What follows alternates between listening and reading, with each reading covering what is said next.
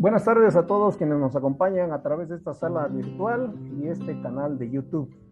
El Centro de Estudios Educativos y Decoloniales, con el propósito de conocer, de recuperar, de valorar y sobre todo compartir las experiencias de compañeros, compañeras trabajadores de la educación en activo, compañeras y compañeros jubilados, de igual manera luchadores sociales, activistas, defensores de derechos humanos y de todo aquel ciudadano, ciudadana que se dona, ¿verdad? Se compromete y de alguna manera también se sacrifica en, pues, a través de su praxis, a través de su vida diaria, pues, preocuparse y ocuparse sobre todo, ¿verdad? De una educación emancipadora, por el bien común, por la justicia y también, desde luego, pues, esa actitud, ese compromiso los lleva a pronunciarse en contra de la desigualdad, de la opresión, de acciones y actitudes que atentan no solamente como en nuestra dignidad como seres humanos, sino también se atenta en contra del medio ambiente y desde luego de manera general de nuestra madre tierra.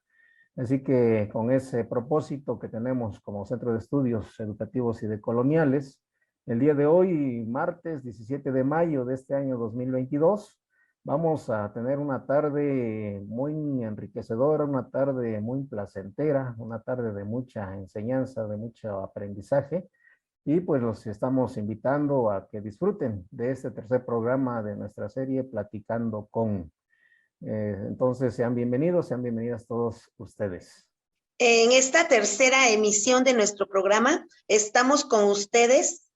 Su amigo, el profesor Omar López Martínez, y también es un gusto que nos acompañe la compañera Cecilia Araceli Cruz Nicolás. Reciban un saludo desde la comunidad de Guadalupe Monteverde. Bien, bien, pues el día de hoy, como ya mencionamos, es una tarde maravillosa. Vamos, y ya tenemos el gusto de contar con la presencia no solo del arquitecto de profesión, del maestro, del educador, el investigador, el escritor, el editor, el poeta, sino también el bohemio, ¿verdad? Al pajarero, que pues tiene muchas facetas nuestro invitado de hoy.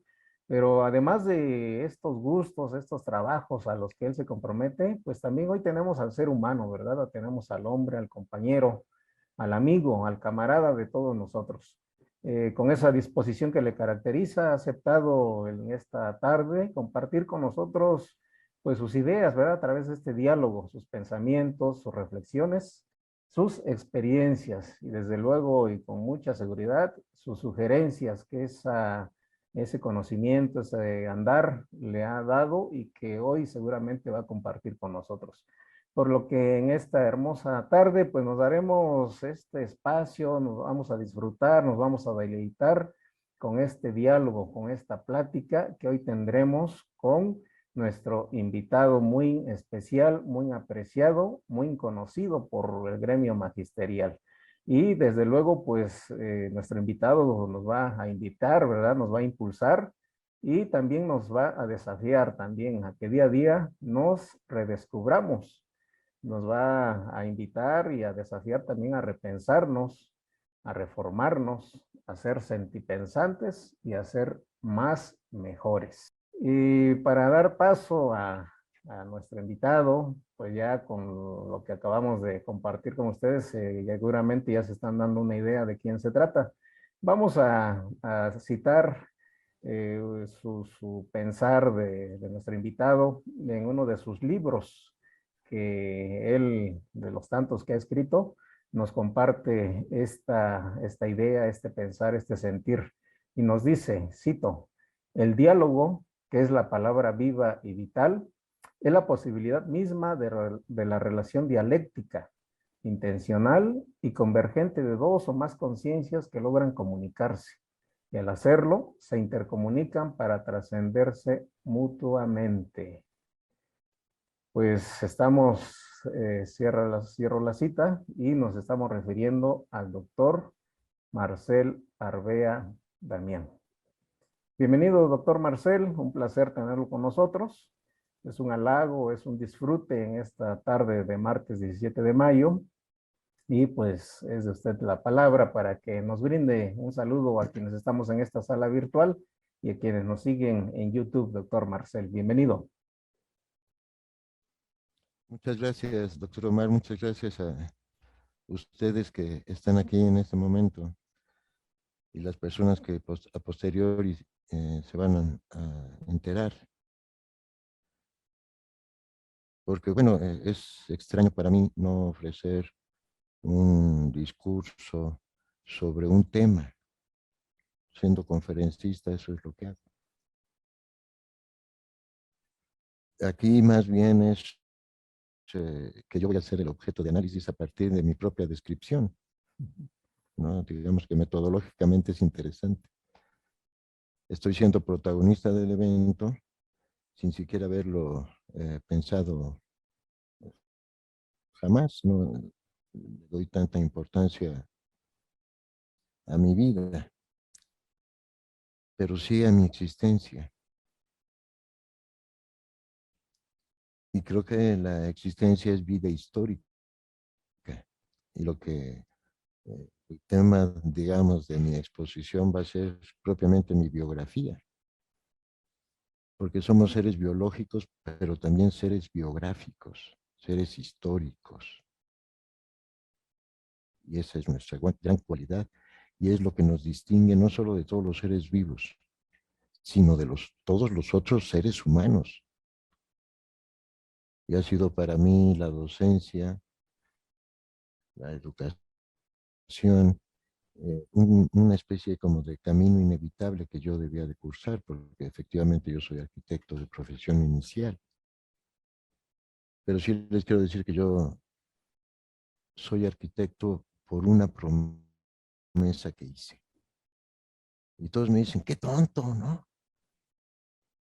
¿Cómo pudiste echar a perder 6 años de estudio, dinero? Y les digo, es que el conocimiento no estorba. Pero es muy tonto, me dijeron. Yo les dije, bueno, soy tonto, pero cumplo mis promesas. Sentí que en ese momento, cuando uno empeña su palabra y la cumple, eso es, pienso yo, algo relevante porque hace a la persona congruente y en los actos coherente.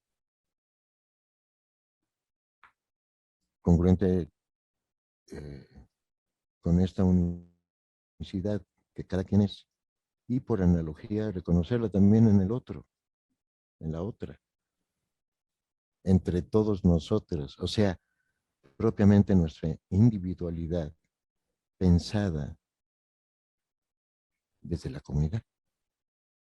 Esta fue una fascinación para mí desde que estudié arquitectura, porque allí yo lo vi con los espacios. Y los espacios, así como la escuela, son individualizantes. Imagínense una vivienda de estas denominadas mínimas, donde una familia, el promedio es 5.3 en México, vamos a pensar que son papá, mamá y 3 niñas o niños, ¿no? Y tienen, creo que ahorita son 51 metros cuadrados.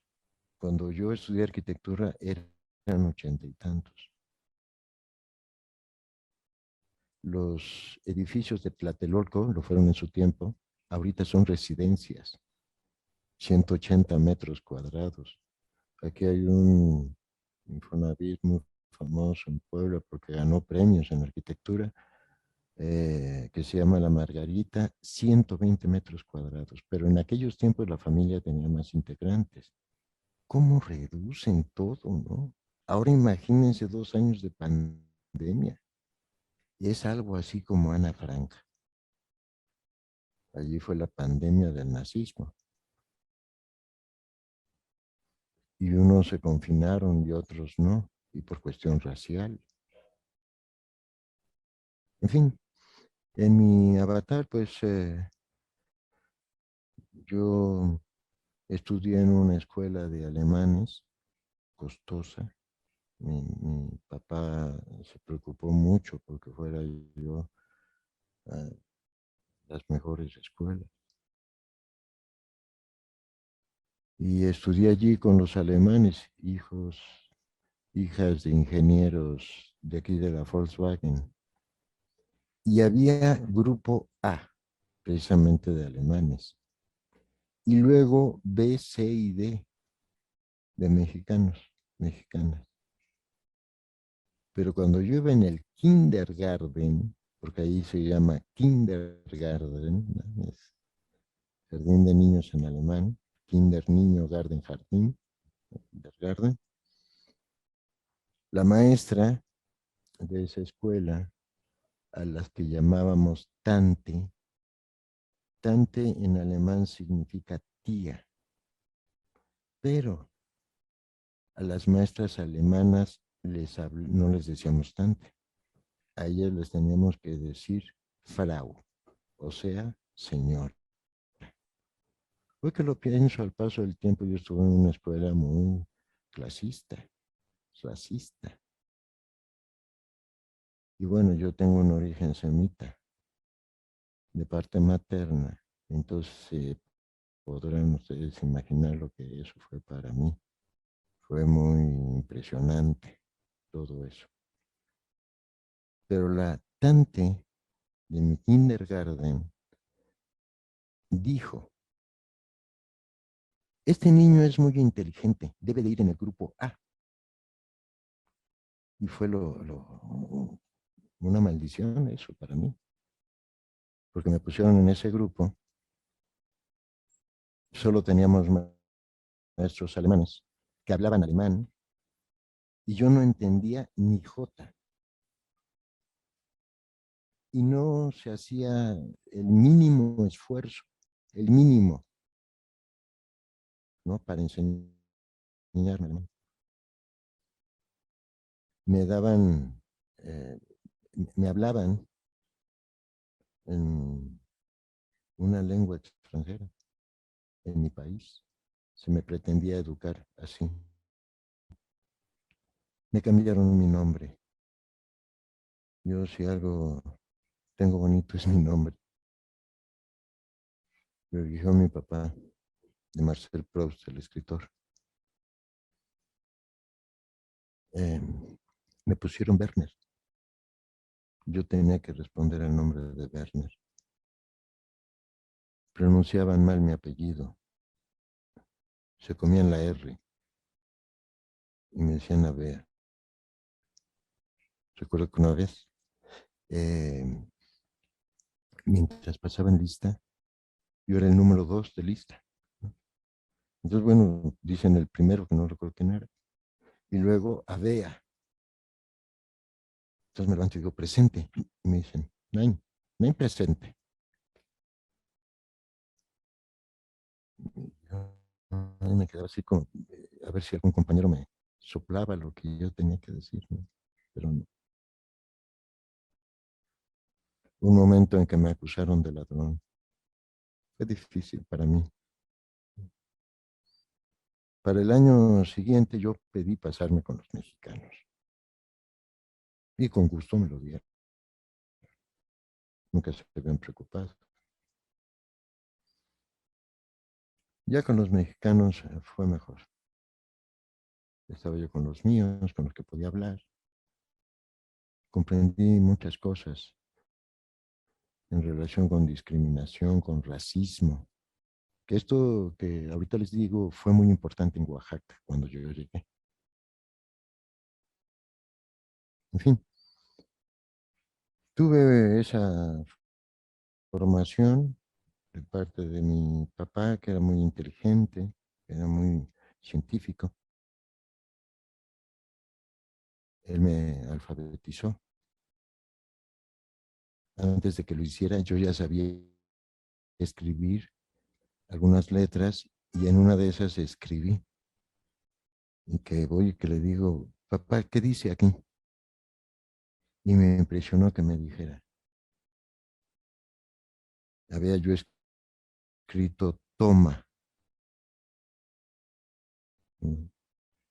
Y veía yo las letras y imaginaba, o más bien me preguntaba, cómo eso había provenido de mi pensamiento y lo había yo escrito en un papel sin saber, sino simplemente juntando letras que conocía, que veía yo en, en la propaganda de la ciudad, etcétera. Y cómo las junté y escribí toma. Esa fue la primera palabra que yo escribí. Pero no fue copiada, no fue dictada, fue inductiva, fue deductiva. La descubrí, me salió a la primera. O sea, la primera vez que junté palabras escribí eso. Luego he pensado, pues hubiera cambiado el significado de la palabra y quizá no hubiese sido palabra si hubiese variado el orden de las letras.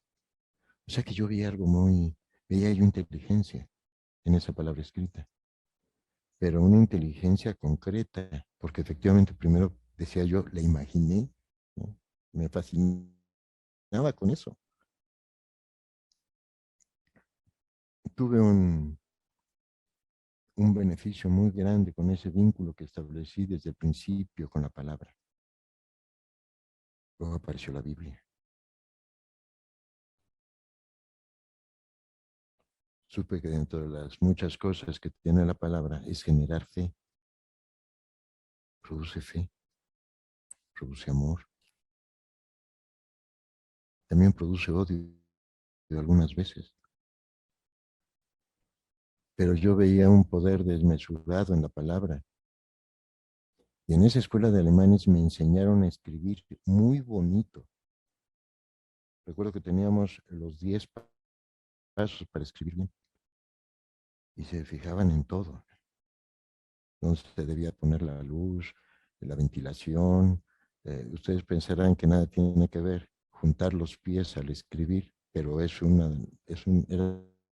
uno de los puntos que yo me acuerdo, ¿no? Junta los pies al escribir. Y tiene que ver la postura en relación con la caligrafía. En este momento de la pandemia, la caligrafía me hace vivir. Debido a que escribo software, son oraciones judías, eh, que escribo mientras oro por la persona que me lo pida. Personalizo el software. Pongo el nombre del paciente, del que está enfermo, del que está agobiado. Me los piden ex profeso. Me gusta mucho escribir. Debo de tener como unas 60 plumas, como 40 tintas. Y hago mis propias tintas y hago mis propias plumas. Compro, pero también las hago. ¿Y todo para qué? Por la palabra. Todo para mí orbitó con ello. Observé también, ¿no?, el poder de la palabra, vamos a llamarle sonora.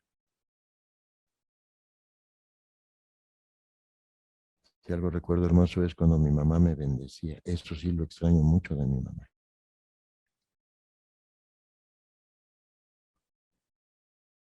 Me bendecía con la oración al pueblo, que aparece en el libro de Números. Que Dios te bendiga y te resguarde. Eh, Vi también que la palabra bien organizada servía para conocer. Allí supe del diálogo, pero fíjense, allí supe del diálogo. Me llevó casi toda la vida practicarlo. Yo ya sabía que era el diálogo. Primero el socrático y luego el ontológico. El socrático es de conocimiento. El ontológico es existencial. Esto, por ejemplo, a quienes somos maestras y maestros no nos los enseñan. Lo que queremos es escuchar la respuesta correcta. En realidad, si acaso debatimos, discutimos, pero no dialogamos, salvo que sea un diálogo socrático. Pero el verdadero diálogo, el diálogo profundo, es existencial. Allí no hay buenos ni malos, ni hay razonables e irrazonables. Cada quien desde su propia experiencia de vida se abre, se confiesa, dice de sí. Y entonces comenzamos a comprender al otro eh, por sí mismo, no lo que yo pienso del otro. Doctor Marcel, si me permite, Sí, maestra, perdón, a lo mejor ya me excedí con el tiempo. mire, no, de ninguna manera, siempre es un placer escucharlo. Pero mire, antes de que nos comparta un poquito más con respecto a sus reflexiones del diálogo, todo lo que usted nos platica de los recuerdos significativos de su vida, ¿no? Son bastante importantes. Nos gustaría que nos compartiera un poco sobre sus estudios y en qué instituciones educativas los ha realizado. Bien, claro que sí, maestra, pues como les contaba yo, estudié primero en esa escuela, aquí en Puebla. Después, por una situación aquí que tuvo mi papá, como él era director de la escuela de medicina, yo ya no pude continuar en esa escuela de alemanes. Y de pronto pasé a una escuela nocturna que era de mi abuela, porque nos sorprendió ahí una situación y la cuestión económica para nosotros varió radicalmente de un día para otro, ¿no? Entonces ya mi padre ya no pudo pagar la colegiatura de la escuela. Y para no perder el año, me metieron en esa escuela. Se llamaba, no sé si todavía exista, ¿no? Se llamaba Bernarda Portillo Leal. Ni sé quién haya sido la Bernarda Portillo Leal, pero así se llamaba la escuela. Y por cierto, en esa escuela por primera vez estuve frente a un grupo de aprendizaje. Después fui maestro. Luego entré al centro escolar al año siguiente, en el segundo de secundaria, entré al centro escolar. Es una escuela hermosa, hecha por los Ávila Camacho, ¿no? Pero la más hermosa es la de Puebla. Había caballerizas, pistas, dos piscinas. Vaya, tenía hasta un lugarcito muy hermoso para irse con la novia. Era perfecta la escuela. Era semimilitarizada. Y yo hice mi servicio militar allí, a los 15 años lo hice. Ahí hice muy buenos amigos. Ya saben, ¿no? La primera novia, todo, la vida en flor. Luego estudié ahí también la preparatoria y vino la cuestión de qué iba yo a estudiar. Pero yo hubiese querido estudiar veterinaria, porque me gustan mucho los animalitos. Creo que hubiera sido yo veterinario de reses bravas aquí en Tlaxcala. Es un animal que me impresiona. Es un animal formidable. Pero yo ya había hecho la promesa a un tío mío. Y murió, y antes de morir, ya saben, ¿no? Esas cosas que pasan, ¿no? Me dice, dime que vas a ser arquitecto, porque para eso tengo facilidad para el dibujo. Entonces, pues estaba a punto de morir y le dije, pues sí, tío, voy a ser arquitecto. Yo quise mucho ese tío. Él me daba el cariño que no me daba mi papá. Y Yo lo quería muchísimo, ¿no? Entonces, bueno, murió por cirrosis, era alcohólico. Y no dudé y me inscribí en arquitectura. También quise ser médico, pero me di cuenta que no iba yo a servir para ser médico. Atropellaron aquí en el bulevar a un panadero, lo fui a ayudar. Yo no fumaba frente a mis padres. Entonces, yo decía que sacaba el perro a orinar, ¿no? Mientras iba yo fumando por ahí por la calle. Esa era mi cosa, ¿no? Entonces, veo que atropellan a un panadero y voy corriendo a ayudar, porque eso sí lo tengo. Y entonces voy inmediatamente a ayudar.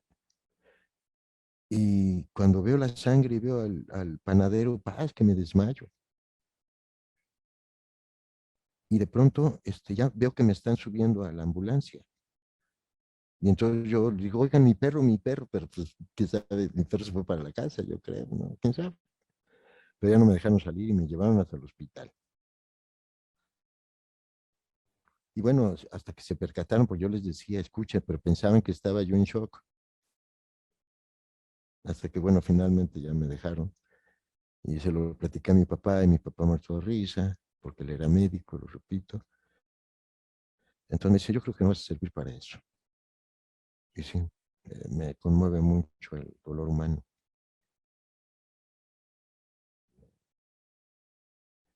Eso se llama simpatía, que te duele el dolor del otro.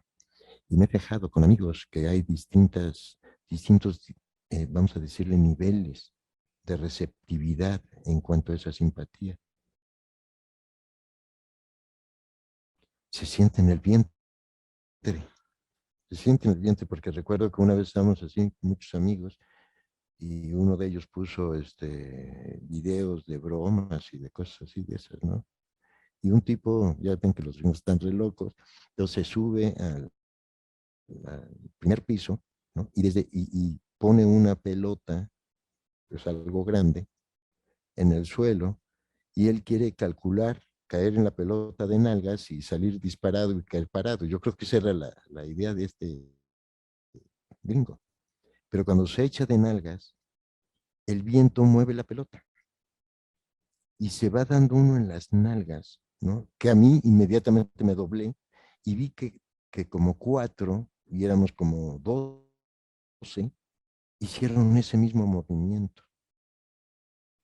Luego supe que hay un músculo aquí, pero no sé cómo se llama, que tiene este mismo nombre, con lo cual aparece en el Evangelio.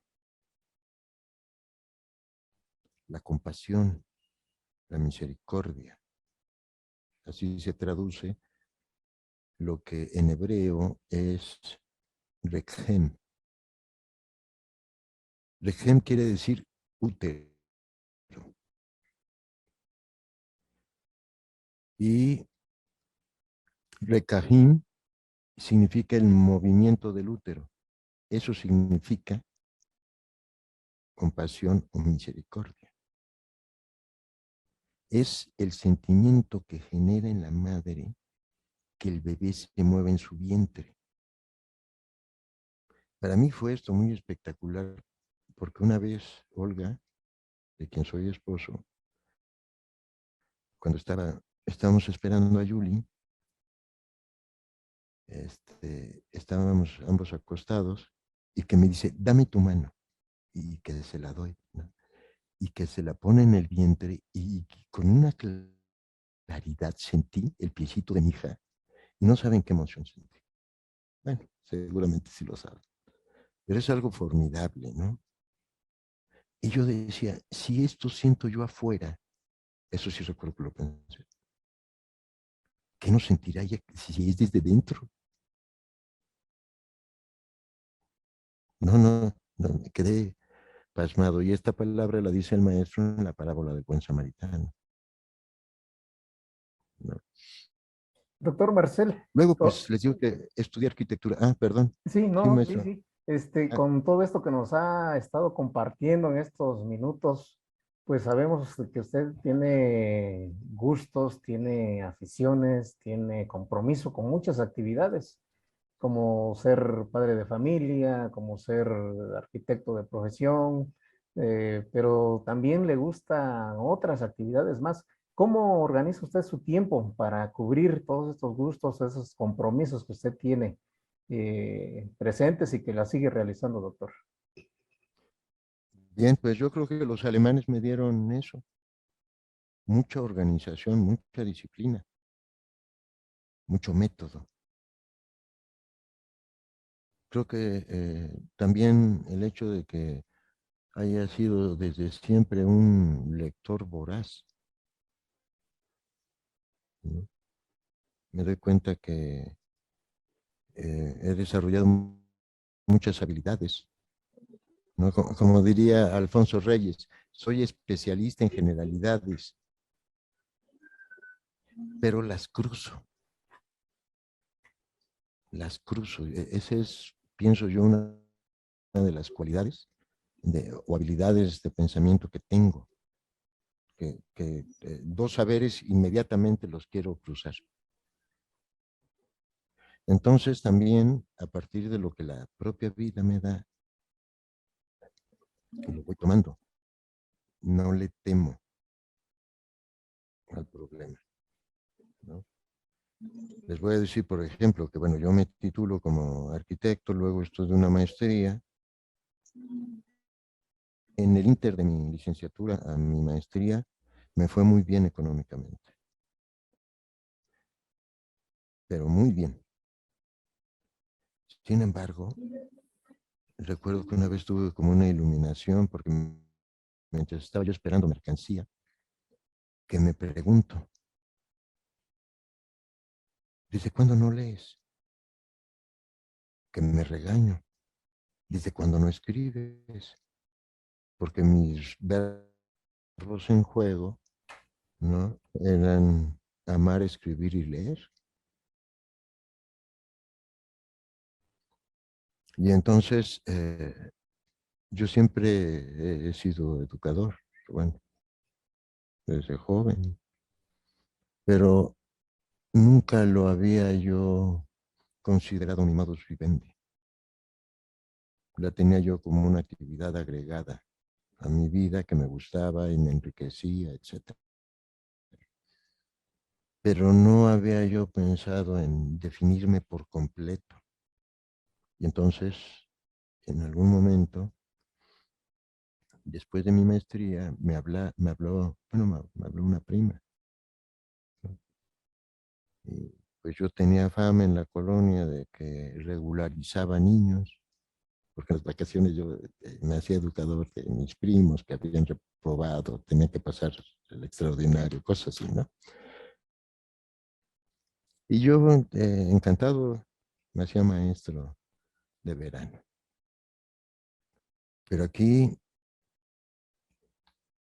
me, me trajo esta prima a su hijo, y entonces cuando yo había terminado la maestría, lo traje para mi casa, y cuando ya estuve frente al niño, le conocí a él y a su autismo, y quedé impresionado, realmente impresionado. Me partía el alma verlo autoagredirse, morderse, estrellar su cabeza contra la pared. Y por el otro lado era desconcertante, porque yo era un objeto más en la sala. Así de simple, como el basurero.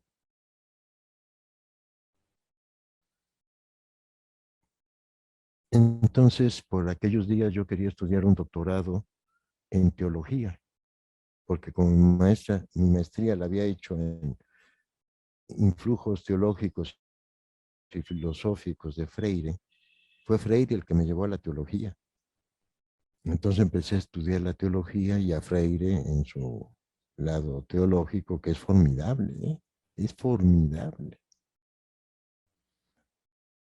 En fin, Entonces, pues fui a solicitar mi ingreso al doctorado, pero pues no se pudo, ¿no? No se pudo. Y entonces el papá de este niño, que me dice, pues estudia tu doctorado en lo que tiene mi hijo y yo te pago. Y dije, wow, me va a dar una beca. Y entonces que empiezo a buscar un doctorado que me permitiera estudiar el autismo. Y fui a Oaxaca. En 1980 fui a Oaxaca. Y fui a la UABJO y hasta yo le había enviado mi documento. Y me dijeron, está muy interesante, pero debes de saber que la línea de trabajo de la UABJO pues es educación en términos sociales, políticos, sindicales, etcétera. Tú traes un documento de educación especial y es un estudio de caso. Pero no desistas, que me dice. Está muy interesante tu... Y bueno, y pues me salí un tanto decepcionado, pero lo cierto es que estaba en Oaxaca.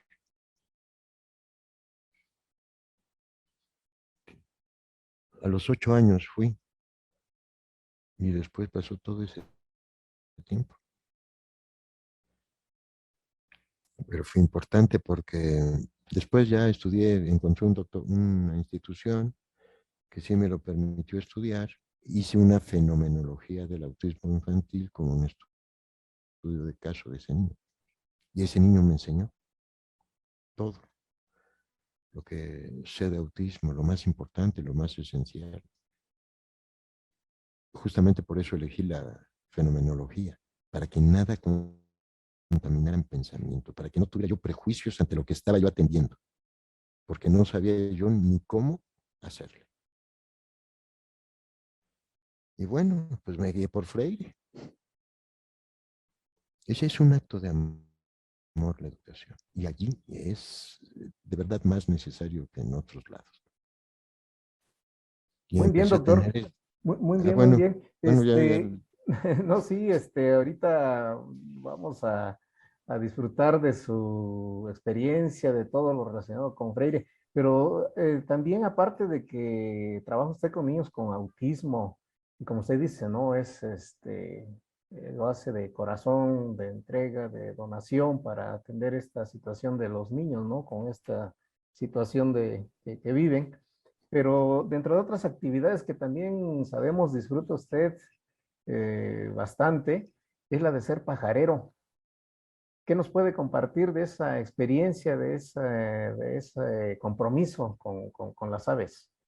¿Qué le lleva a ese interés y a ese compromiso, doctor Marcel? sí, pues fue un punto que yo trabajé con mi psicoanalista, porque efectivamente en lo que me apasiona soy obsesivo, ¿no? Eso ya es un comportamiento mío. Pero voy de aquí para allá, ¿no? Exploro el tema y me apasiona y alcanzo el culmen y de pronto me desvío a otro.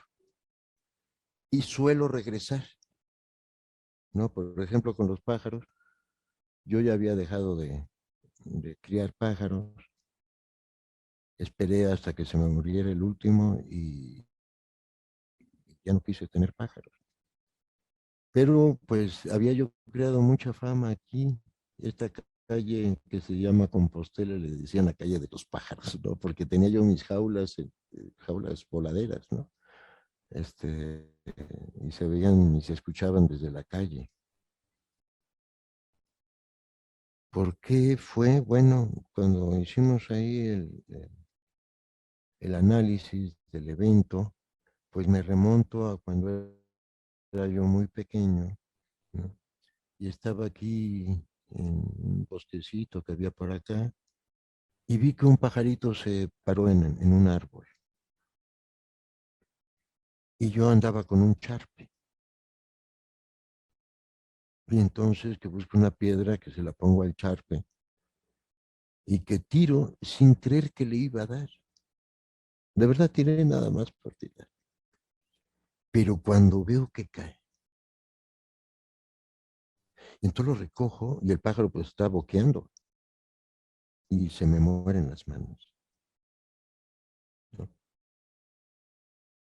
Dice mi psicoanalista, eso es.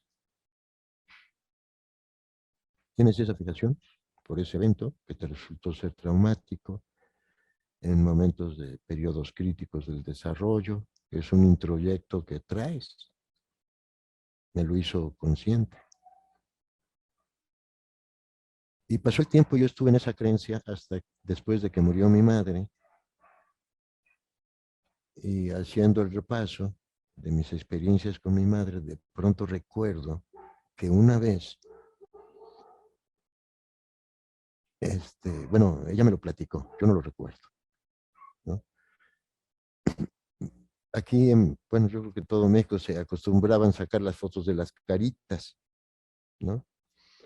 Y había una en donde el niño salía riendo, o la niña, ¿no? Y en otra llorando, y con de varias emociones, ¿no? Y me llevaron y me dijo mi mamá que me decían, mire el pajarito, ¿no? Para que yo mirara hacia la cámara. Y cuando veo que sale un pajarito de la cámara, ¿no?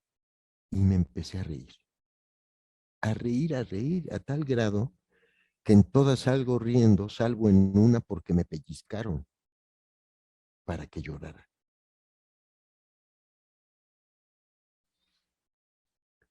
Ese era la relatoría de mi mamá. Y creo que fue allí porque después, y eso sí lo recuerdo, ¿no? Mi mamá siempre fue jugadora. Era genial mi mamá. Jugaba lo que fuese y apostaba lo que fuese, ¿no? Y mi mamá en las tardes se iba a jugar canasta con las vecinas del edificio. Y a mí me dejaban con mi nana, una mixteca de tierra colorada. Y me decía, mire el pajarito. Y había un cubo de luz en el edificio, vivíamos en un edificio. Mire el pajarito. Y yo inmediatamente volteaba al cielo, bueno, a lo que había del pozo de luz, para ver el pajarito. Y ese era el momento en que mi mamá aprovechaba para salir a jugar con las vecinas del edificio. Y dice mi mamá que mientras subía las escaleras oía mi grito, ya llorando, ¿no? Por mi mamá. Y pienso que eso sí, porque quedaba yo en un desamparo, eso sí fue verdaderamente traumático. Y habré tenido yo, pues supongo que como un año, 2 meses, un año, algo así. Pero lo que me fascina de las aves es su canto. Me emboba. He hecho discos de cantos de aves. No temo a refundirme en las comunidades porque ahí están las aves y las grabo. Debo de tener como unos 80 discos de aves.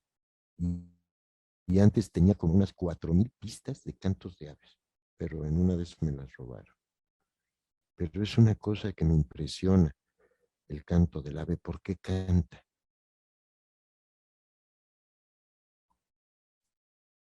Eh, y el ave aprende a cantar. Y de las aves que mejor aprenden a cantar, la tenemos aquí en México, es el censontle. De verdad que no hay sonido que se le niegue. Y lo mismo que los humanos aprenden a cantar. Hay que enseñarlos para que canten bonito. Yo, por ejemplo, a mi sensontle le he enseñado el canto del ruiseñor y lo hace con una facilidad. Y además canta de noche y de día. Es una ave formidable. Y aquí la tenemos. Y la debemos de cuidar. Tardé 30 años en reproducirlo, pero ya sé cómo reproducirlo. Hoy me puso un huevo mi sensontla. Se los voy a enseñar.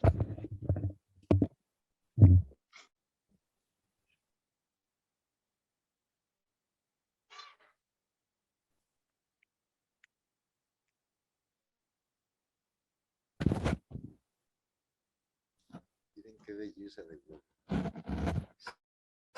Ya lo rompí.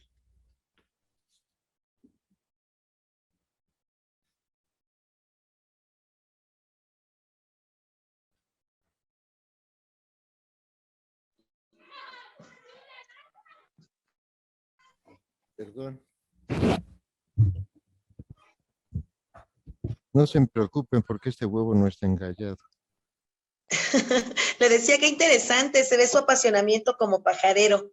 Nuestro reconocimiento, doctor Marcel, por entregarse, por donarse a todas estas actividades, que además de ser personales y familiares, pues muchas otras son para compartirlas con todas y todos nosotros, impulsándonos siempre a seguir creciendo. Ha tenido mucho peso su trabajo y su disposición para cada uno de nosotros. Sabemos dentro de todo esto que nos platica de su pasión y entrega por el escribir, ¿no? Y decía al principio, ¿no? Fui al baúl de los recuerdos, por plasmar y socializar las emociones, sus sentimientos y pues sus utopías también. Doctor Marcel, le pediríamos que toque nuestras fibras más sensibles y si nos podría hacer el honor de compartirnos alguno de sus poemas. Con gusto, maestra. Precisamente escogí algunos a propósito. Algunos son versitos. Excelente, queremos escuchar. Versitos, ¿no? Le tengo mucho respeto a la poesía. Yo hago versitos. Y buscaba yo este y lo encontré finalmente. Doctor Marcel, un favor, si puede mover un poquito su cámara para que lo veamos bien, como que está un poquito... Se nos movió cuando fue por el huevo del Cenzontle. Adelante, doctor. Ahí ya está mejor, ¿verdad? Ahí está. Okay.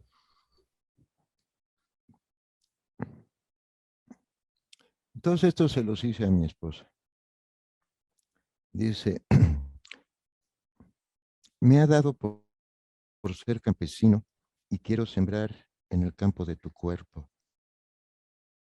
Quiero ver germinar en ti mi destino, sentir florecer en tu boca mi beso. A ver, ¿qué dice? Este es un soneto. Tu boca, flor en la sonrisa, exprime mi triste corazón enlutado. Convierte en fuego la ceniza de mi siempre presente pasado. Endulza la tristeza de mis ojos, revive el caudal de mis venas. Me siento entonces tan lejos de mis angustias y mis penas.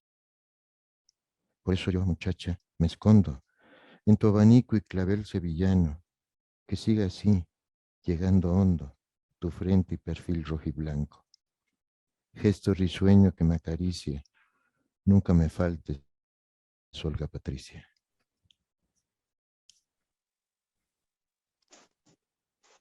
Yo sabía que iba a caer redonda.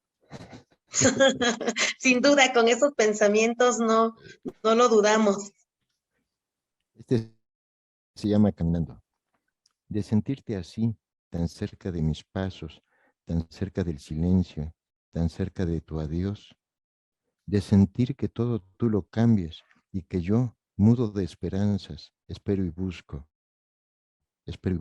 tu mirada esquiva y solitaria, tu mirada salpicada de mañana, de sentirme así, confuso de palabras, de sentirte como me siento, tan cerca de tus pasos, tan lejos de tu aliento. ¿Les leo otro? ¿Quieren otro? Por favor, adelante, doctor, uno más, por favor. Ok. Está bien, otro, doctor. Gracias.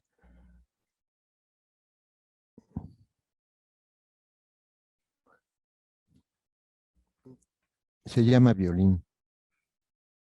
Yo soy el silencio del mudo, el cara a cara de dos ciegos, un espejo quebrado y enterrado, la luz blanca de un sol negro. Soy la amargura de lo amargo, un rodar por el cielo, volando, un chispazo de sombra, lo imposible de un anhelo sepultado. Yo soy el amo del humo, recuerdos de un niño extraviado, un manco señalando el cielo, la invisible vida de un charco. Soy música y canto, sombra asombrada de la noche, música de violín, diapasón, cuerdas y arco. Gracias, doctor. Qué bellos poemas los que nos comparte. En el chat nos ponen, su palabra es una lámpara que alumbra mi camino. Qué brillante es usted, doctor Marcel Arbea Damián. Infinitas gracias por compartir una larga trayectoria personal, familiar, profesional, laboral, espiritual. Gracias desde en el corazón de Montenegro, Tilantongo, Nochixtlán. Nos comparte la maestra Manuelita, un saludo para usted. Muchas Sabemos gracias. que a lo largo de su carrera ha publicado muchos libros, doctor. ¿Cuál de ellos le ha dejado la mayor satisfacción? Pues es difícil de responder eso. Para mí es muy difícil. Siempre el último es el más importante.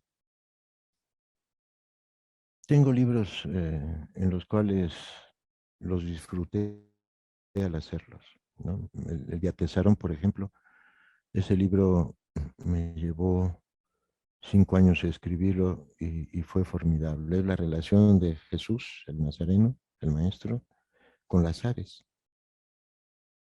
Selecciono los capítulos evangelios canónicos y escribo una armonización del evangelio que se llama así, el Maestro Jesús y las aves del cielo. Luego escribí también otro que fue muy importante para mí, que es el Evangelio de las aves. Allí no solo incluyo los evangelios canónicos, sino también los denominados apócrifos. Y el maestro allí tuvo una relación formidable con las aves. Llego a concluir, por ejemplo, que el segundo momento más importante de la Biblia, después de la sagrada creación, es cuando la paloma, el espíritu, ¿no?, en forma corporal como paloma, o sea, se bajó una paloma y se posó sobre Jesús, ¿no? Es el segundo momento más importante de la Biblia. Y el libro es genial, ¿no? Es un libro bastante grande en relación, por eso no lo he publicado, porque no tengo dinero para publicarlo, pero pues voy a intentar ver qué hago para publicar. Otro que me gusta mucho es Palabra y Trascendencia. Mi mamá decía, si todo el mundo leyera este libro, el mundo cambiaría, decía mi papá. Pero mi mamá era mi correctora de errores y todo eso, hasta que dejó de ver. Pero ahorita el que me trae zumbado es este. Este es el que hicimos allí en Tepozcolula.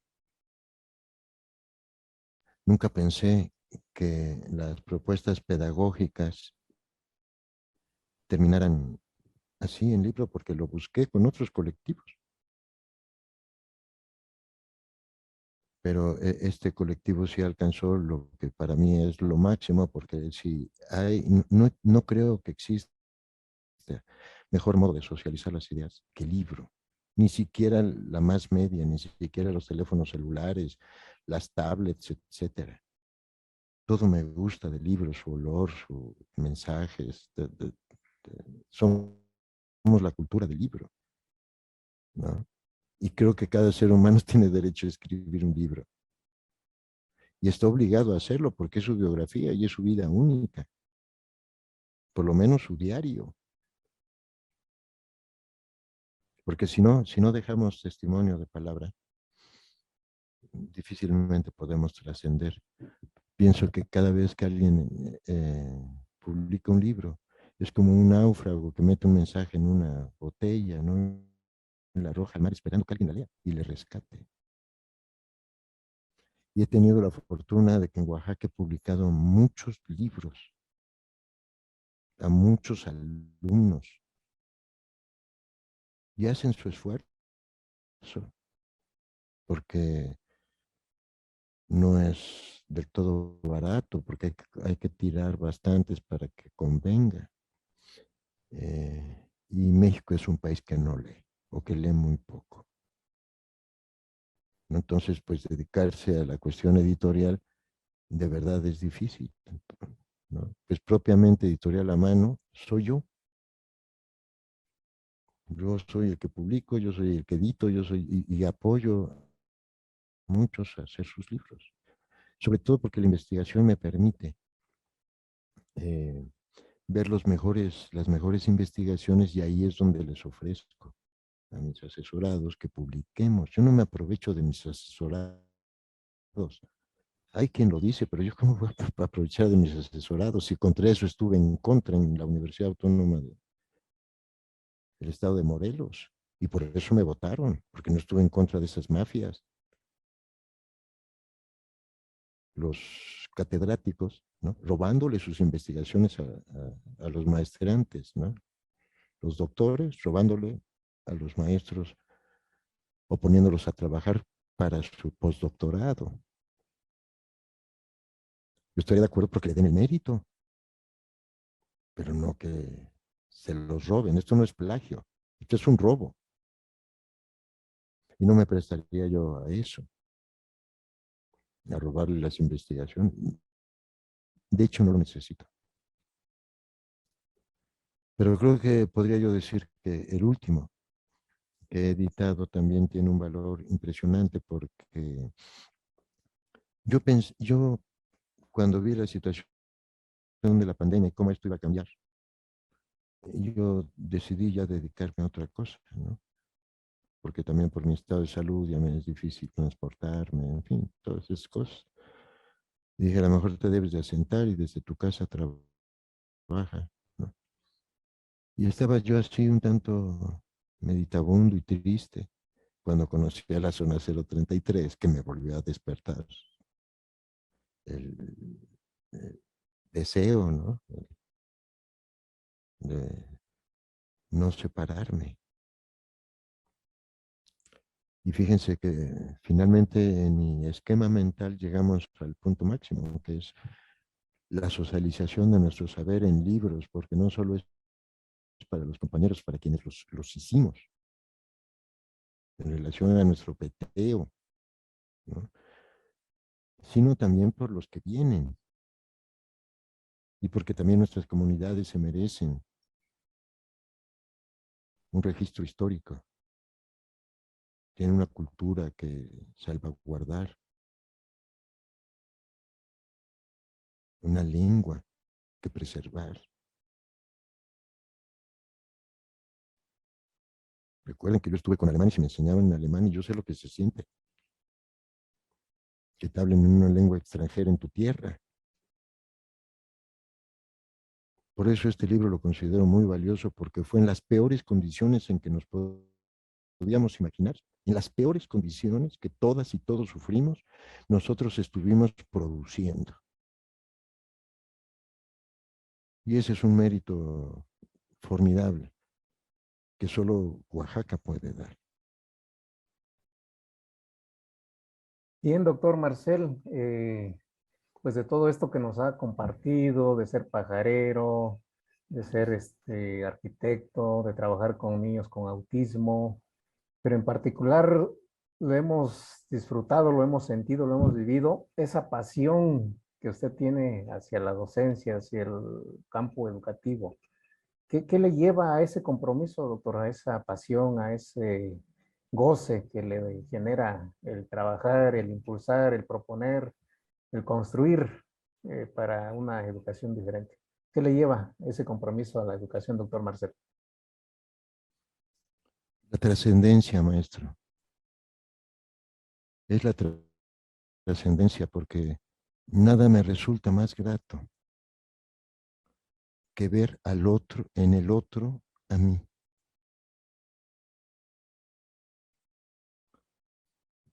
Por ejemplo, obvio que yo me empecé a preocupar por la alfabetización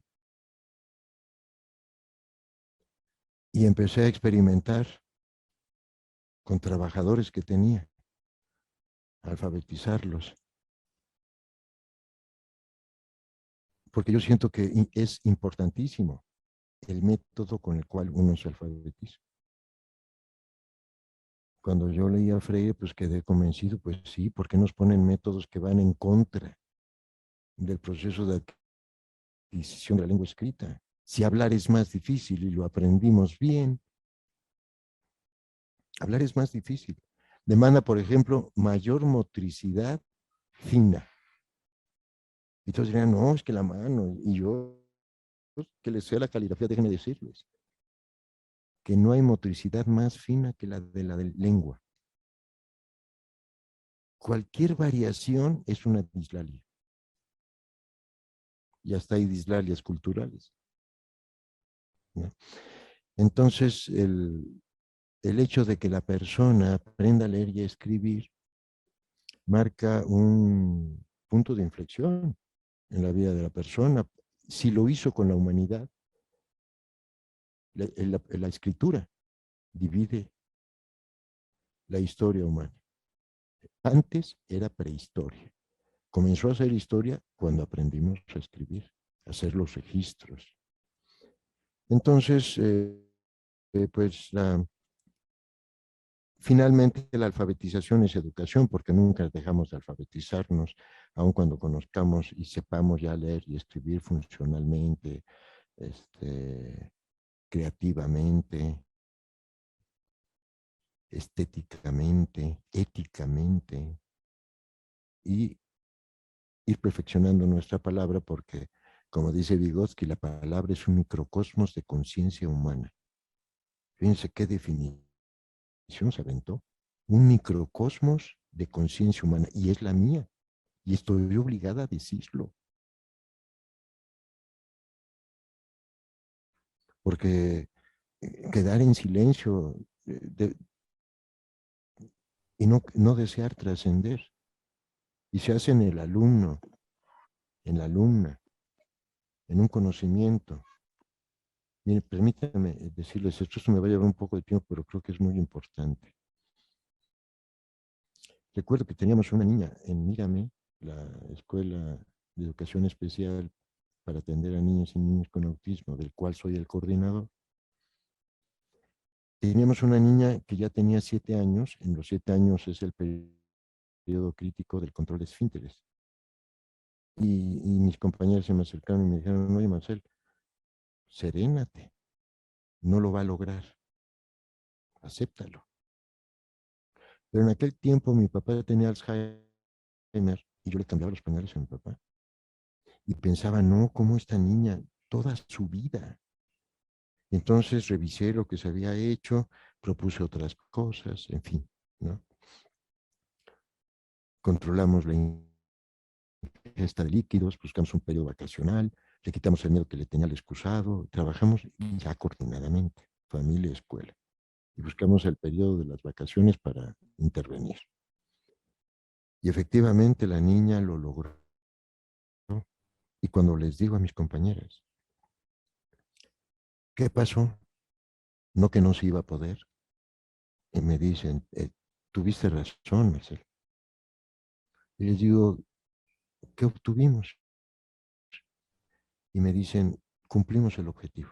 Y le digo, ¿cuál era el objetivo? Que controlara sus esfínteres. Le digo, ajá, ¿y qué más?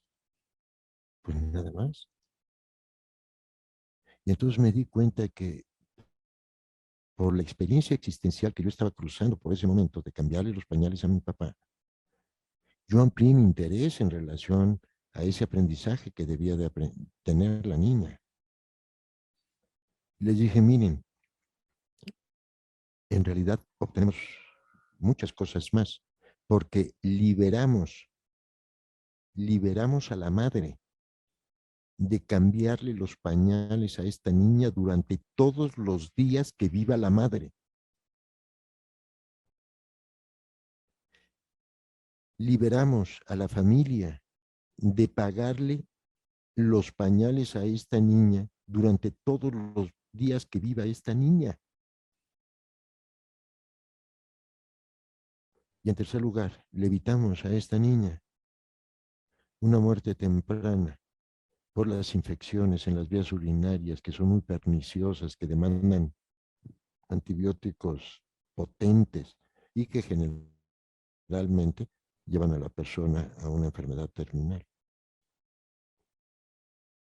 Entonces nada más era cumplir el objetivo. No, se trasciende y no sabemos hasta dónde puede llegar la ola. Yo cambio a ser formador de docentes cuando me doy cuenta que en la medida en que formo docentes, tengo más impacto socialmente que a un grupo en específico. Porque basta que comienza yo 2 o 3 de que esto es hermoso, de que esto es apasionante, de que no es burocrático, etcétera. Y entonces cada uno de ellos tiene su grupo de aprendizaje y va a hacer lo propio. Entonces uno no sabe en educación hasta dónde uno puede llegar. Pero yo lo hago en ese sentido de trascender. Y trasciendo en mis alumnos, lo sé. Y me lo han hecho saber. Sin duda, doctor. En esa trascendencia de la que usted nos habla, en nuestro estado de Oaxaca es usted muy conocido. Yo por lo menos tengo recuerdos de hace más de 15 años de haberlo escuchado por primera vez, particularmente por el gremio magisterial, allá en la Normal Superior, donde también usted dio clase. Platíquenos, por favor, cómo se da este acercamiento a nuestro estado. Pues fue precisamente cuando fui por lo de mi tesis de autismo allá a la UAPJO. Fui a Oaxaca, fui con mi papá. Aquella vez, en ese viaje supe que mi papá tenía Alzheimer. Él me lo dijo. Pero pude enriquecerme mucho de lo que mi papá me contaba, porque él es oaxaqueño. Aquí viví, aquí fui monaguillo en la sangre de Cristo, decía. Yo decía, ¿qué nombre de iglesia? La sangre de Cristo. Eh, y fue él el que me enseñó a amar a Oaxaca, pero amarla de verdad y a recorrerla. Entonces, en una de esas recibí una invitación precisamente de la Normal Tamazulapan, en donde iba a haber como un encuentro de educadores populares y me pidieron que estableciera yo una relación entre Freire y Freinet. Y cuando llegué a Tamazulapan y vi a Marx, no me acordé de mis años universitarios, ¿no? Porque en la universidad, cuando yo estudié, era marxista. Lo que sé de marxismo me lo dio la universidad. Entonces, pues di mi taller y todo. Y de regreso, pues me dijo otro tallerista que me daba una aventón a Oaxaca. Y le digo, pues sale. Y él fue el maestro Nazario. Nos detuvimos a comer. eh, Vi muchas coincidencias que teníamos en cuanto a la situación de la comprensión de la educación popular. Y comenzamos a establecer vínculos y él me comenzó a invitar. Y luego, pero era esporádico. Luego aquí en Puebla sucedió que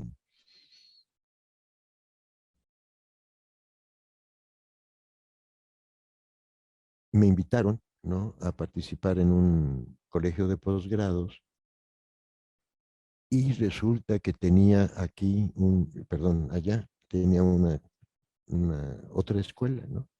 Es el Colegio Latinoamericano de Posgrados. Y aquí en Puebla hacen un evento y participo yo en una de las conferencias de esas universitarias y la directora de ese colegio me invita a participar, pero aquí en Puebla, en la sede. Y yo decía, ay, ¿cuándo me van a mandar a Oaxaca, no? Pero no, pues yo era el director y tenía que estar aquí.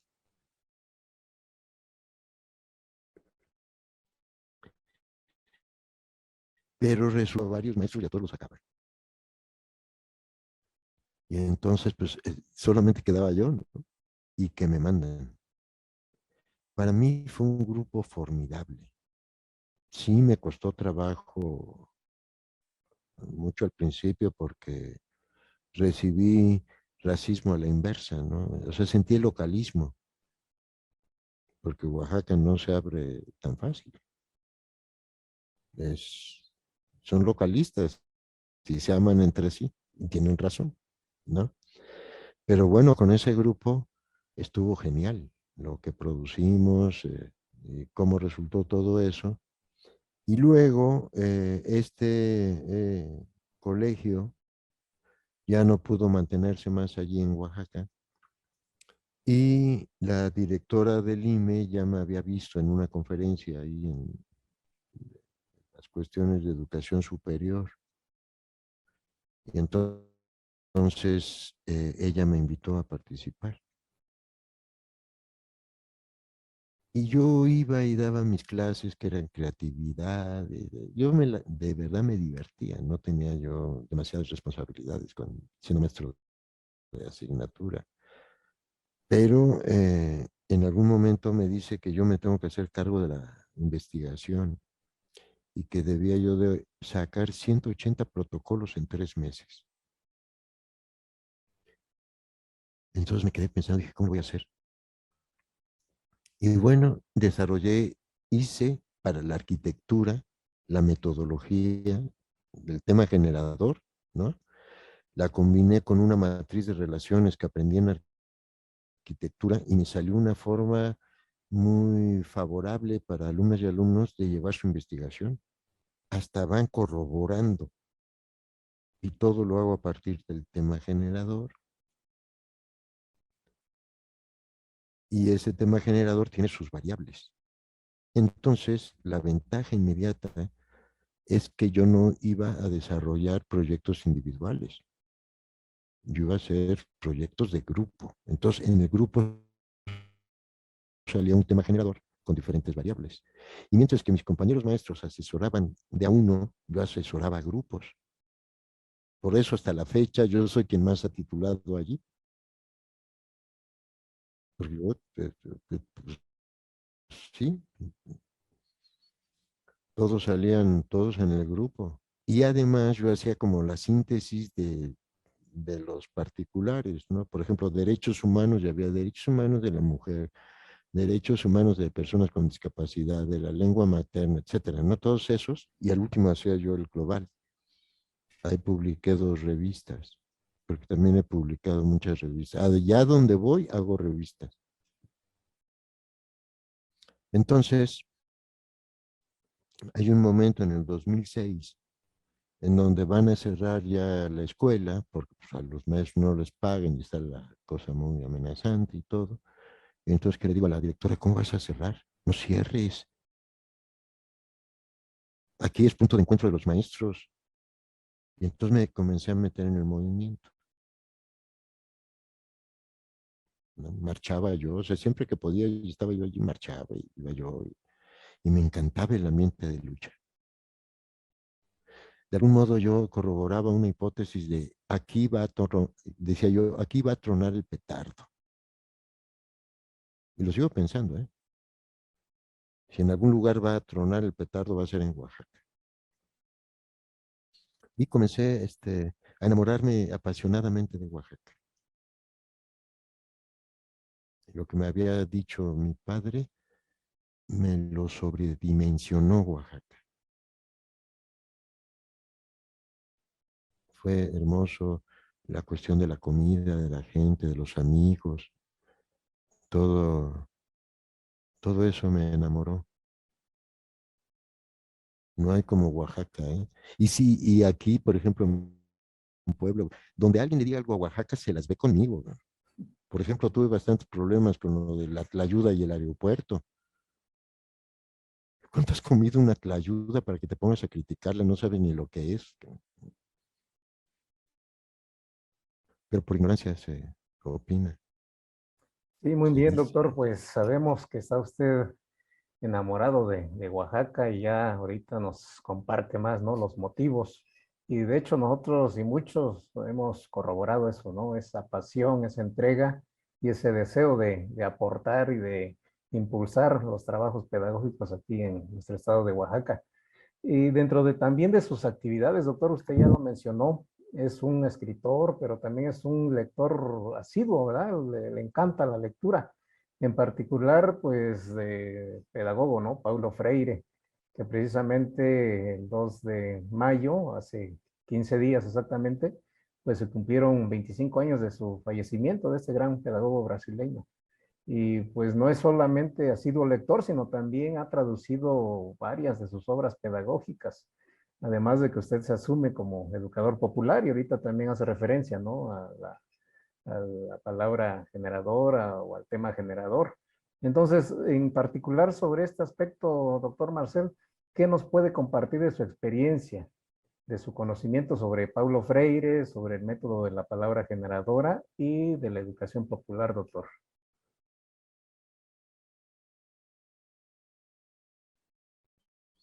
Pues sí, yo recuerdo que fue mi padre quien me puso a Pablo Freire en las manos.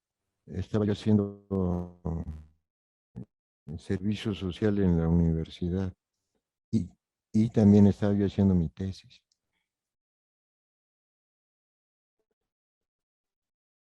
Y me cimbró, como guante me volteó.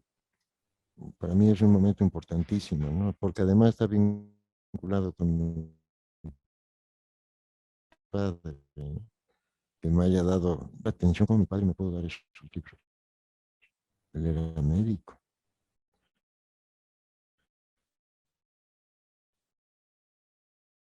pero me los dio. Y para cartas a Cristina yo le iba al par con Pablo Freire. Editaba él y compraba y leía yo, ¿no?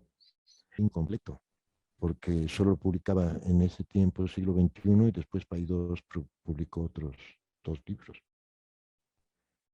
Pero había otros títulos, yo sabía que había otros títulos. Ahorita es fácil localizar todos, y de hecho ya se publicaron todos, salvo uno que voy a publicar yo. Fíjense, cosa curiosa, el único que no podría publicar ese libro es Paulo Freire, y cualquier otro podría publicarlo. La cosa fue así. Llamaron a Paulo Freire para alfabetizar varios países de África, entre ellos las islas de Sao Tomé el Príncipe. Y Freire no leyó las letras chiquitas del contrato y todo lo que se produjera era del gobierno democrático de las islitas. Freire quiso recuperar el libro, pero le dijeron que no. Entonces, el único que no los puede utilizar es él. Pero siendo documentos del dominio público, yo comencé a unir las partes tal como Freire las imaginó, porque además nos dice cómo las imaginó, y yo simplemente fui uniendo las partes, integrando, armonizando. Por eso les digo que 2 ideas las cruzo. Y al principio lo publiqué en el 2007, pero incompleto porque no había yo conseguido los cuadernos de cultura popular, o sea, los libros de texto gratuito, pero los conseguí. Y entonces ya pude hacer el libro. Y ahorita lo estoy revisando. Y créanme, y no porque lo diga yo, lo dice el propio Freire, ¿no? Lo dice Faúndes. Ese es el libro más importante. Y es de reconstrucción nacional y de post-alfabetización. Es alfabetización, pero es el único libro donde Freire toma la post-alfabetización. Son 4 cartitas hechas para los animadores culturales y voy entretejiendo los textos porque si no, no se entienden las cartas. Dice, en la página 27 aparece un ejercicio del verbo. Y bueno, uno nunca ve el ejercicio del verbo. Entonces yo metí allí lo que dice el libro de texto gratuito. Y se comprende cómo Freire lo que propone no solo es un proceso de alfabetización, sino lo que él denominaba acción cultural, ¿no? Para la libertad. Allí plantea la mujer nueva, el hombre nuevo, la educación nueva, la sociedad nueva. Es la utopía de Freire ese libro. Pero además la practicó. Y de hecho podríamos decir que fue un éxito esa alfabetización, a diferencia de los países del continente, porque alfabetizó al mismo tiempo 5 países. Pero los del continente fueron un fracaso. Y las islas no. ¿A qué se debió? A la lengua vehicular. Porque los países que habían sido dominados por los portugueses tantos años, al liberarse, pidieron los líderes que la lengua vehicular, o sea, la lengua para alfabetizar, debía de ser la portuguesa. Y Freire dijo no, porque es la lengua del opresor. Pero ellos lo vieron desde el sentido práctico, ¿no? Es que imagínate traducir la Ilíada y la Odisea, y le temieron a ese trabajo. Pero en Sao Tomé el Príncipe era portugués.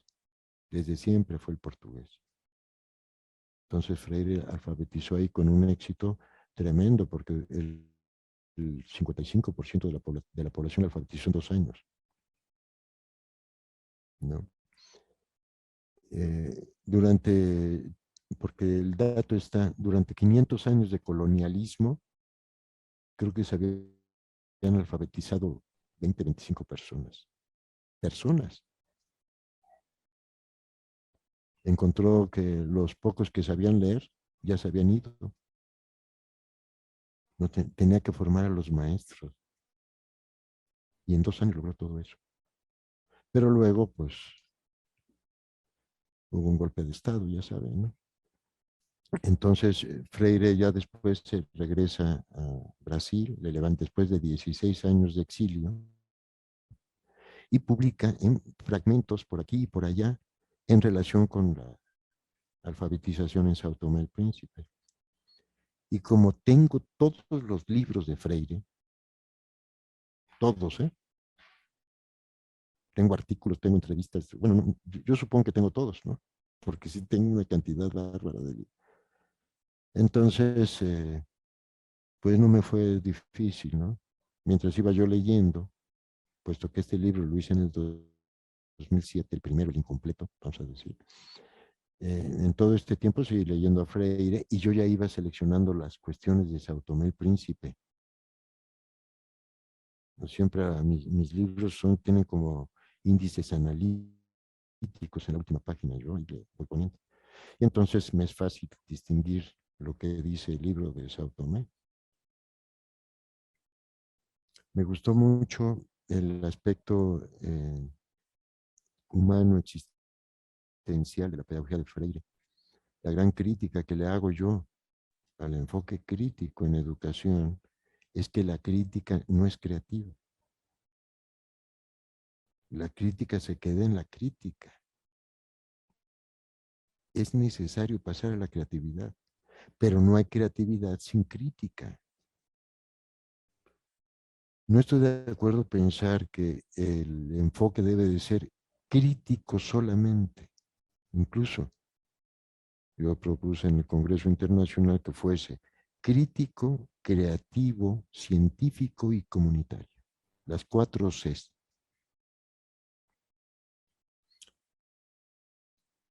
Fue un hombre que me pegó tanto en la vida. Bueno, no me pegó, me acarició, ¿no? Que mi hijo se llama Paulo, por él, no por San Pablo. Se llama Pablo Emanuel y le puse Pablo por Pablo Freire. Sí, fue muy importante. Sigue siendo muy importante. Me, me rebosa Freire, ¿no? Una vez compré una colección de los 100 pensadores del siglo XX y busqué primero que hablaran hispanohablantes, ¿no? Y solo estaba Ortega, Gasset y Unamuno. Y dije, bueno, ¿y cuántos latinoamericanos? Pues solo uno, Freire. Porque nosotros lo conocemos como educador, pero tiene escritos de todo, de todo. Era un filósofo. tiene escritos de psicoanálisis, por ejemplo. Les digo que tiene escritos de teología. Si ustedes compran el Selam, estas las venden en las librerías católicas y es muy barato. De Medellín, en el 68, un apartado completo es de educación. Y ese lo escribió Freire.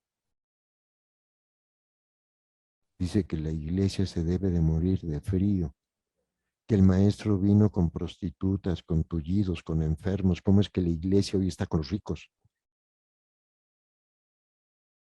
Y él funda propiamente la teología de la liberación. Eso dice Enrique Dussel, y lo creo, porque Gustavo Gutiérrez, cuando escribe Teología de la Liberación, es en el 68, pero antes ya había sido el Aselam de Medellín. Y además, las cuestiones de las comunidades eclesiales de base proceden de los círculos de cultura que planteaba Freire. Ya ven que aquí en América Latina las comunidades eclesiales de base pues las consideraban como centros de rebeldía y además de autogestión, y una cosa muy hermosa, ¿no? Y eso, ¿no? Eso ya está en Oaxaca desde siempre. Que yo diga que allí va a reventar el petardo es por eso, porque todos hacen comunidad. Vean, por ejemplo, en las graduaciones, porque pues, siendo director de las escuelas allí en Oaxaca, pues tenía yo que ir a las graduaciones, ¿no? Y ya se hacía la graduación formal y después nos íbamos a cualquier lado, pero unas mesotas, no, larguísimas, ¿no? Y todos bailando y todos ahí en la pachanga y todo, o sea, todos integrándose, ¿no? Recuerdo que cuando fui a París, no, 6 personas no nos pudimos sentar en un restaurante. Tenía que ser a chaleco en 2 mesas. Porque nosotros llegamos como buenos mexicanos a juntar las mesas. No, nos separaban. Y así uno veía que todos separados y aunque fueran en grupo, comían separados, voy a creer, ¿no? Y yo intento, en la medida de lo posible, tomar la inercia de esa comunidad. Y creo que Freire va muy ad hoc y la educación popular también. Es popular porque se reconoce el carácter político de la educación y porque trabaja con grupos muy vulnerados. Este libro se hizo precisamente con educación popular, ¿no? Hubo una sesión donde definimos cuál iba a ser, porque la educación popular trabaja, bueno, practica la actividad productiva, salud y educación. Y el documento este lo es. Es un acto político, no meternos en la cuestión de la educación esta boba que nos querían poner. Atendíamos la cuestión de la salud y también la cuestión del trabajo. El libro mismo es el trabajo. Por eso le voy a pedir al colectivo que le regalemos a la comunidad un libro, a cada una de las comunidades, que les regalemos un libro.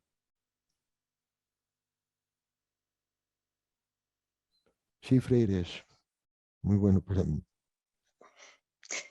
Gracias, doctor. Realmente es muy gratificante escucharlo.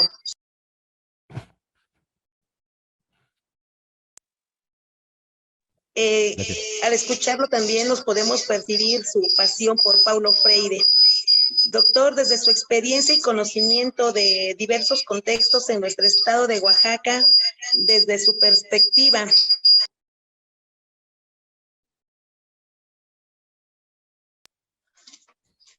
¿qué oportunidades debemos aprovechar o qué acciones debemos de generar como trabajadores de la educación para concretizar una educación popular, una educación propia y una educación nuestra?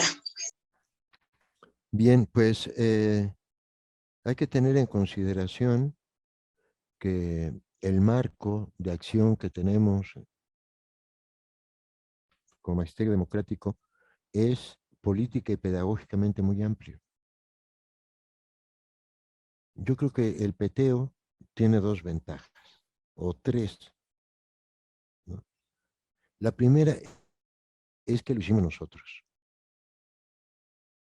Y eso implica que asumimos tanto sus problemas como sus aciertos. Que no es un programa cerrado. Perdón, que no es un plan cerrado. O sea, que está contemporaneizando conforme a la realidad que sabemos es dinámica y contradictoria. Y que nos permite en libertad experimentar. Que confía en la base como agentes pedagógicos. Y sí, yo me he percatado que en Oaxaca es muy común que se den estas prácticas, sobre todo en las comunidades, ¿eh? Más que en las ciudades. Las ciudades yo pienso que en cierto modo sí tienen influencia contaminante, ¿no? Eh, en muchas educadoras y educadores. Pero en las comunidades, por vivir esas realidades, demandan del educador una mayor responsabilidad o de plano una irresponsabilidad bárbara, ¿no? O sea, conozco casos muy deleznables, pero también conozco otros que yo hasta podría decir que son heroicos. Y observo que hay eh, cada vez más una identidad magisterial en Oaxaca. Somos un poder allí. Yo decía, ninguna, en algún momento lo dije, ¿no? Y yo creo que todavía es posible, ¿no? Salvo con el presidente. Pero difícilmente se podían mover 80,000 personas de un día a otro. Y esa organización la tenía, o la tiene la sección 22. Si se convoca, mañana todos en el DF y ahí están todos mañana. Solo que creo que nos concentramos demasiado en el aspecto político. Y siendo maestros no podemos obviar lo pedagógico. Debemos de decir político pedagógico, no solamente político, no solamente pedagógico. Debemos de aprender a pensar y actuar dialécticamente, porque justamente lo político, si no se vincula con lo pedagógico, lo político minimiza lo pedagógico. La forma que tenemos nosotros como docentes de hacer política es pedagógicamente. Ese es nuestro campo. Si no nos metemos de guerrilleros. Pero si quiero hacer una verdadera transformación en el mundo, debo de contribuir con mi trabajo, ya sea como formador de docentes, como maestros de educación especial, como el personal de apoyo, el administrativo. Por ejemplo, yo en los documentos que hago, cuando me toca coordinar toda una zona, yo pido que estén los administrativos y que estén el personal de apoyo. No podemos separarlos. Fíjense, en la zona 03, las propuestas que decían los de personal de apoyo fueron importantísimas. Había historiadores, había arquitectos. Y cuando opinaban, no, era una opinión formidable, ¿no? Yo creo que esa es nuestra fortaleza. Creo que podemos hacer todavía mucho más. Pensaba yo que a Oaxaca le queda muy bien el lema de la Universidad Nacional, ese de por mi raza hablará el espíritu, que hizo Vasconcelos, un oaxaqueño, ¿no?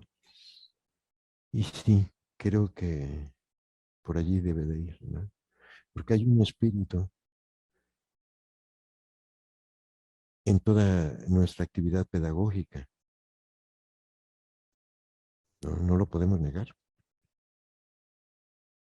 Recuerdo que en una conferencia donde fue Díaz Barriga, ¿no?, el presentador dijo lo que había dicho Díaz Barriga, ¿no?, que obviamente pues es muy sensato. Algo como lo que dice Freire, ¿no? La educación es un acto de conocimiento. Creo que él dijo, es un acto de aprendizaje, una cosa así. Y entonces paso yo y digo, la educación es un acto espiritual, es un acto ontológico. Es como dos seres se encuentran, dos o más seres se encuentran en el mundo de la vida para intervenir en él, en esa realidad, para transformarla y humanizarla y simultáneamente transformarse y humanizarse en su propia acción transformadora. Esto es relevante porque si yo no me voy a transformar ni a humanizar leyendo a Cuauhtémoc Sánchez o a libros de, ¿cómo le llaman?, superación personal y esas cosas. Yo me voy a humanizar cuando intervengo sobre aquello que me está impidiendo humanizarme. Y es en la praxis, en donde me transformo. Esta separación de teoría y práctica, ¿no? El 95% de los conocimientos que da la universidad no sirven en la realidad. Ya caducaron. Yo recuerdo que aquí a una directora que le hice un programa, le dije, era de diseño. Le digo, aquí vamos a poner el Corel 2, pero tú tienes que ir actualizando el Corel. Bueno, como eso le implicaba una revisión curricular y nuevos programas, pagarlos, lo dejó con Corel 2. Bueno, pues los alumnos salieron expertos en Corel 2, pero en el mercado ya estaba Corel 8, o 9, o 10, no me acuerdo. No hay práctica. Solo un maestro en arquitectura nos llevó a una obra. Y para colmo, cuando llegamos, el maestro albañil le dio una regañiza. No había hecho bien la toma pluvial. Se iba a inundar la casa por arriba. Pero el maestro de obra se dio cuenta y le dio una regañiza enfrente de todos nosotros, sus alumnos, ¿no? Nos dimos cuenta que quien llevaba la obra era el maestro albañil. Y sabía más de construcción, nada más que no tenía título. Me di cuenta que los títulos poco valen, salvo administrativamente. Y que una persona simple del campo, si estoy dispuesto a aprender, él me va a enseñar. Hay que tener humildad para aprender, porque cualquiera en el fondo me puede enseñar. Basta la relación. Esa es mi historia con Oaxaca. Y otras muchas, ¿no? La comida, la bebida, la música, la arquitectura. No, pues yo voy a Oaxaca y la gozo. Sus noches tienen una transparencia que a lo mejor ustedes por la cotidianidad no se percatan. Pero hasta se les hace así a las estrellas, a la luna, a las lámparas, ¿no? Se les hace como un halo, como un albedo, ¿no? Todo alrededor, sobre todo cuando llovió en la noche, es precioso.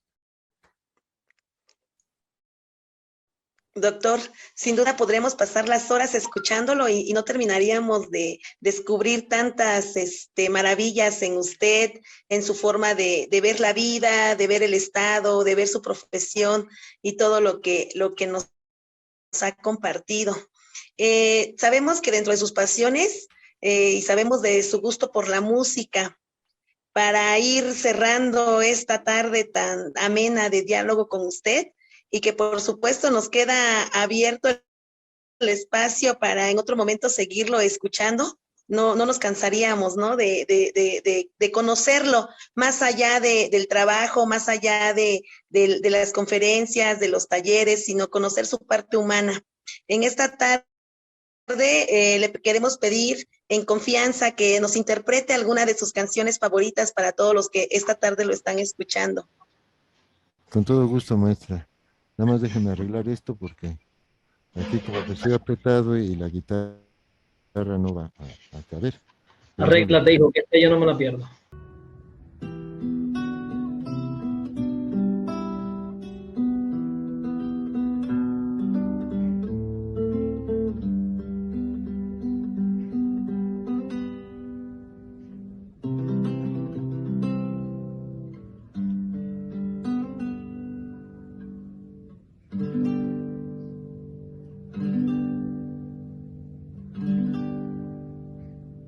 Esta melodía, doctor Marcel, de verdad, fabulosa gracias. tu música, muchísimas gracias. Gracias, compañero.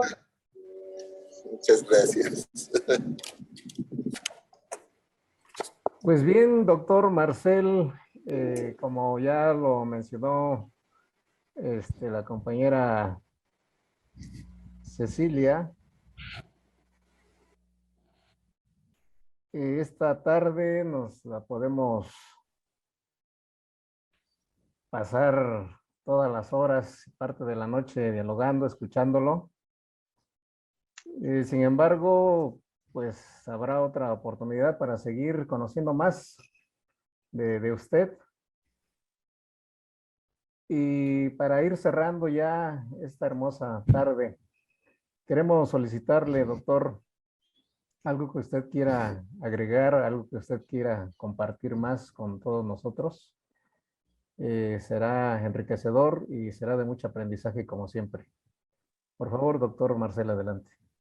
Pues sí, con todo gusto, en primer lugar y sobre todas las cosas, pues agradecerles esta invitación que pues yo sentí muy franca, muy sincera, y no podía yo sino responder del mismo modo, me sentí muy cómodo.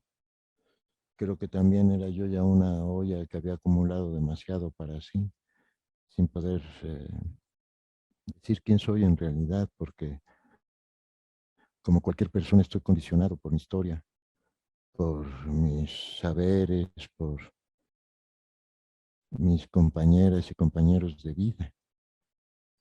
Y creo que con frecuencia en la educación pasamos eso de largo, ya sea con nuestros alumnos y alumnas o bien con nuestros maestros y maestras.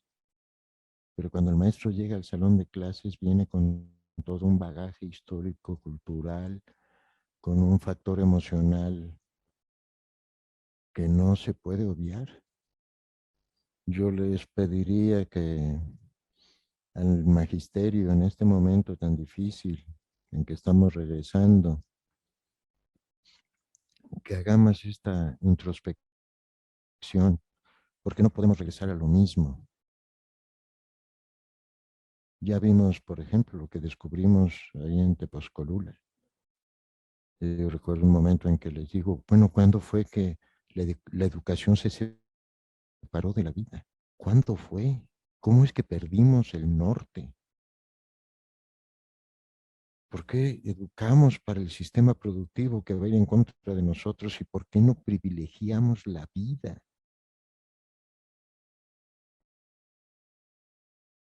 Y ahora que estuvo amenazada, lo supimos. Y decimos en el libro, no más una educación que no privilegie la vida en dignidad, la vida en libertad, la vida en derechos, que pienso yo que es una forma magnífica, no solo de ocupar nuestro lugar socialmente, sino con la vida misma en el planeta, en nuestra madre. Debemos de privilegiar la vida como centro de interés, con mucho respeto, con mucho amor, con mucha...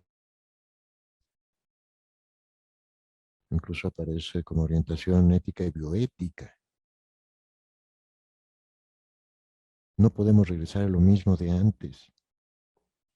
y debemos de, a toda costa, desburocratizar los procedimientos escolarizantes. Esto es muy importante para que nos encontremos como humanos en el proceso educativo, en la comunidad de aprendizaje, en la convivencialidad que permite la educación. Yo creo que estamos llamados en Oaxaca a comandar la nueva educación. Nadie la va a hacer por nosotros. Y yo ya veo un movimiento fuerte, no muy fuerte en Oaxaca, de que lo podemos hacer, de que no es cierto lo que nos venían diciendo, que esto es una cuestión de saberes muy despegados a los nuestros, y la propia comunidad, la propia localidad, tienen un bagaje cultural extraordinario. A donde vaya uno por Oaxaca lo encuentre. Quizá el roce cotidiano nos impide ver lo esencial y trascendente que es todo esto. Y quizá tuvo que ser una experiencia como la pandemia y sus estragos, porque ahora que regresemos vamos a ver a los niños a lo mejor huérfanos o perdieron a la abuelita, en fin, está difícil, ¿no? Cuando tuve encuentros para atender esta cuestión emocional de los colectivos escolares, no imaginé el impacto tan grande que iba a tener esto. Entonces, además hay que enfrentar las secuelas de la pandemia. Como decía el poeta Vicente Huidobro, ¿no? Mientras más alto volamos, más grande es el rebote. Porque si no nos mató la caída, nos va a matar el rebote. Entonces vienen crisis económicas, vienen cambios tecnológicos importantes, viene la subproletarización del trabajo docente. Mucho cuidado con esto. Por mayor esfuerzo nos van a pagar menos. Y justamente con el pretexto del Zoom y del modelo híbrido, ya se veía venir. Pero si es que a la educación le quitan el cara a cara, la voz y la escucha, el lenguaje no verbal, si le quitan el hecho de que la educación es un encuentro completo de cuerpos, mentes y conciencias, espíritus. Entonces vamos a quedar intermediados por la tecnología y vamos a deshumanizar como nunca a la educación. Entonces yo creo que sí tenemos un reto porque tenemos un enemigo inmenso, formidable y sin escrúpulos. Ningún escrúpulo. Y nosotros tenemos que actuar impecables, responsables, éticos. Yo creo que nos tenemos que encontrar nuevamente para repensarnos en esta situación tan de guerra en la que estamos viviendo sin saberlo, porque estamos en guerra. Infinitas gracias, doctor Marcel.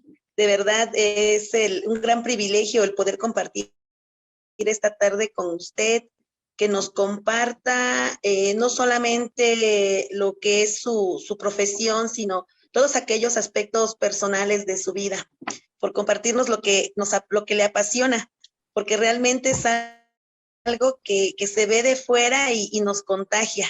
Creo que tenemos grandes enseñanzas, grandes experiencias, pero sobre todo un agradecimiento máximo por todo lo que usted ha logrado en cada uno de nosotros y de todos los que lo escuchamos esta tarde.